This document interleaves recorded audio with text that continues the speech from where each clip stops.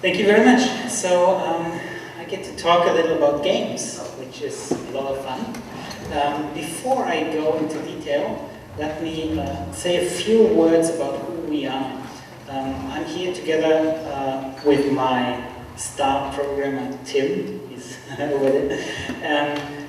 We are a small company based in Germany, in Cologne. You see the skyline of the city there along the Rhine. Beautiful city for those who haven't been there. It's worth a visit. And we are really all about education and using innovative ways of educating and finding ways to make education and learning more fun. And games are a very important part about, part of what we do. So games can be endlessly fascinating for teaching people about certain things. And I would like to talk a little more about games and a modern understanding of what games can do. So, what are games? If we go back a few years or a few decades, we see a completely different understanding of games. Games were mainly seen as a waste of time. You hear people saying, okay, do something productive with your life instead of wasting your time on games. But the perception has really changed in the last years as we evolve a little and as games evolve. And if we look around us, especially with the young generation, we can see that games are all around us. Games are in your pocket, on your smartphone. So they have really become part of our everyday lives. And we can say, of course, this is a terrible thing. And there are obviously a lot of negative things about having games all around you all the time. But I always say there's nothing you can change about that. They are there. They are there to stay. And so I encourage people to look at all the positive sides, all the benefits these games could bring. And that's what we do. And there's a lot to discover about games. Now, the meaning of games has changed. Games are no longer just something to waste your time or something to pass the time. You can see games in learning. There are wonderful applications for learning with games. There are games for social networking, connecting to other people. Games are no longer something that isolates you. Games can be extremely well suited for building networks and gaining friends all over the world, actually. In fitness, I mean, you've seen people train with games. It inspires them to go on and push themselves harder. Or in attitude change, which is the topic I would like to focus on today, because that has something to do with the game we created in the project I'm going to talk about. And there are countless other applications. I just named a few there, but games can be very helpful in healthcare, in overcoming disabilities, and a lot of other things as well. Now, Games for Change is the name that people usually give to games that are meant to change attitudes. Games that make us rethink about certain issues. And if you had asked me a year or two ago about Games for Change, I had a very negative opinion about it. Because I always say, well, if you look at Games for Change, for instance, here's a game about saving the planet, here's a game about saving the dolphins or something, then I always see the people who play these games are people who have that attitude anyway. People say, okay, oh, this is a great game because I can save dolphins, because I would love to do that in real life. And then it's not really about changing attitude, and it's just catering to the group that already has that attitude. And that is the inherent danger of Games for Change. Now, when Sanita first approached me about creating a game for charity, I also had my doubts, but then I thought about it a little longer, and at some point I thought maybe it is possible to reach out to others who don't necessarily have that attitude, who are maybe not familiar with charity issues, who have never thought about it. And maybe we can build a game that helps them consider these things, that helps them have ideas about charity, that maybe at some point gets them involved and gets them active. So that was a huge task for me, and it was also a personal journey for me to change my own opinion about these things. And we created a game. There's a screenshot there, and we will show you the game in a moment. And the key issue is really to make these topics fun, to let people enjoy themselves, but at the same time confront them with these topics. And we think a game like this could be a great ambassador for the message of charity and volunteering. What we did here was we created a game that is a little surreal in its story.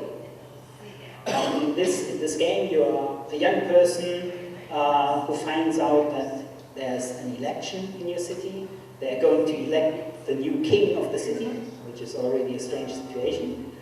But you kind of accept that in the game, and you think, hey, you know, anybody can be a candidate, so let's try to be king in this game.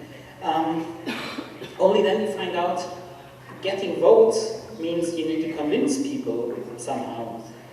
And this character in the game finds out, okay, I can get people to vote for me if I help them, if I do good things for the community.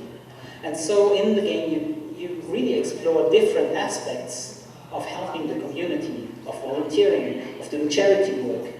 And you see how you make people happy, and the more happy they are, the more they vote for you.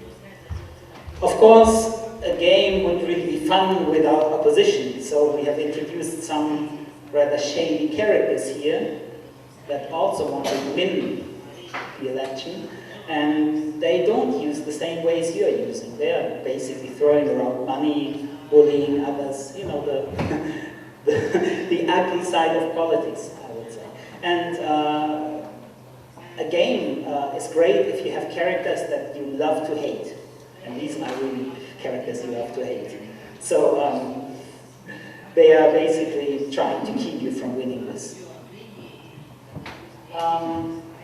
The game is called Charity City, and it is available now, and we just got it finished in time for the conference. You can find it on Google Play and the Apple App Store. If you just type in Charity City, you'll immediately find it. It is completely free to use. And we would like to encourage young people to play it and to find out a little more about charity. One of the things that really connects the game to real-world charity is that after every level, we have a little screen which tells you, hey, for instance, you helped out with animals at an animal shelter. Why not try this in real life? And here's a link to an organization that does that in real life.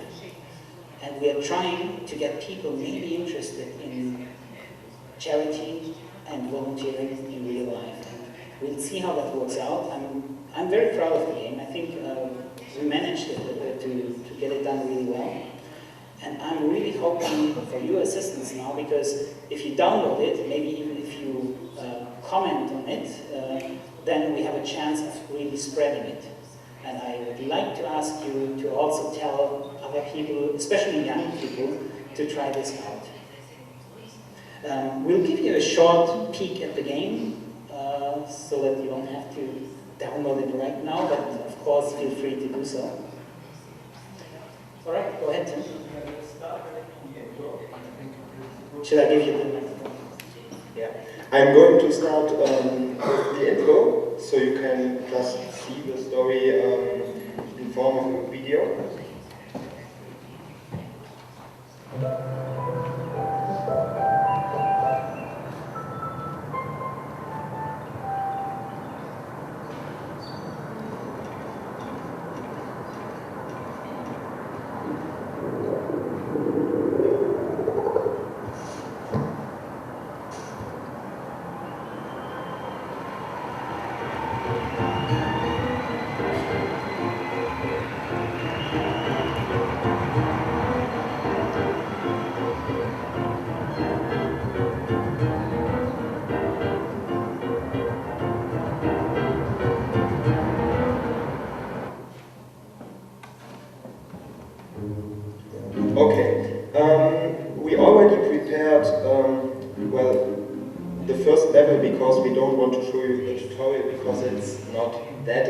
anything. You're just learning the mechanics.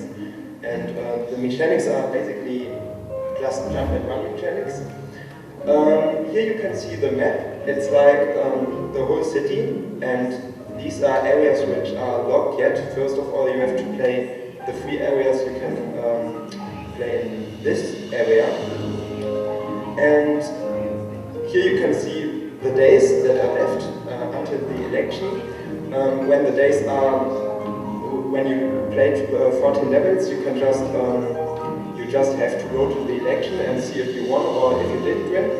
And you, of course, can just skip the over left days because, for example, if you want to restart or if you think that you can win without playing more levels, yeah, you can just do so.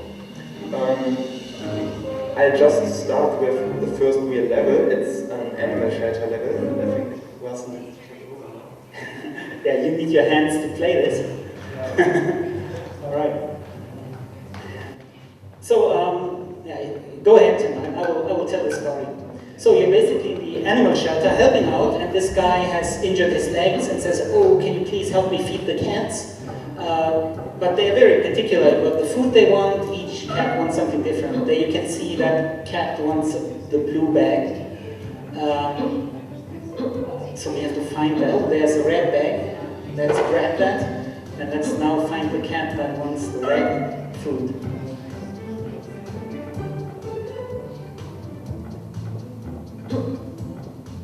Alright, so there it is. The little cat. Cute one. Okay, and you can see the cat is happy whenever you make people or animals or something happy, you get the smileys. And do you see that lazy cat there on the side that wants the green food? Okay, so Tim just got hit by the rat, so he lost the key. So he kind of has to avoid the rat. By the way, it's very telling that there's a rat in an animal shelter with cats. It shows you how lazy the cats are. Alright, great. You use the key, open the door, there's the blue food. Got caught by the rat again.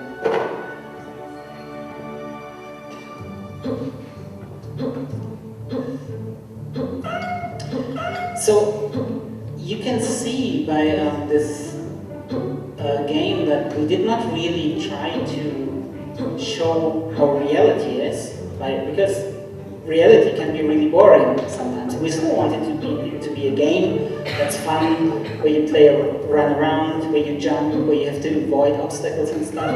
But the important thing is we wanted to connect it to reality. The main thing about this is really the thought, hey, you're helping out at the animal shelter, you're feeding the animals.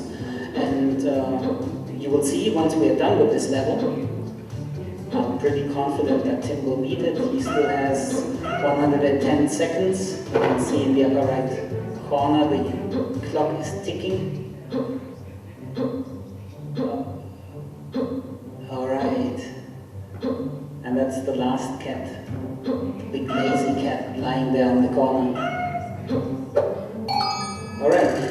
Here you can see the election results. He has done it in great time, and now you can see the percentage going up, and now he has 37%, which means he's in the lead in the election. And you play these levels, and the better you are, the more votes you will get at some point. Okay, here's the screen I was talking about, which encourages you to take a look at what you can do in real life. And this is our connection. After making them a little sensitive to the topic, we would like them to think about this topic and maybe make the connection in real life without pushing them. As it is said, this is just a suggestion. Maybe you're interested in this, but we want to leave it up to the people to decide at this point. All right. Thank you very much for showing the game. Thanks.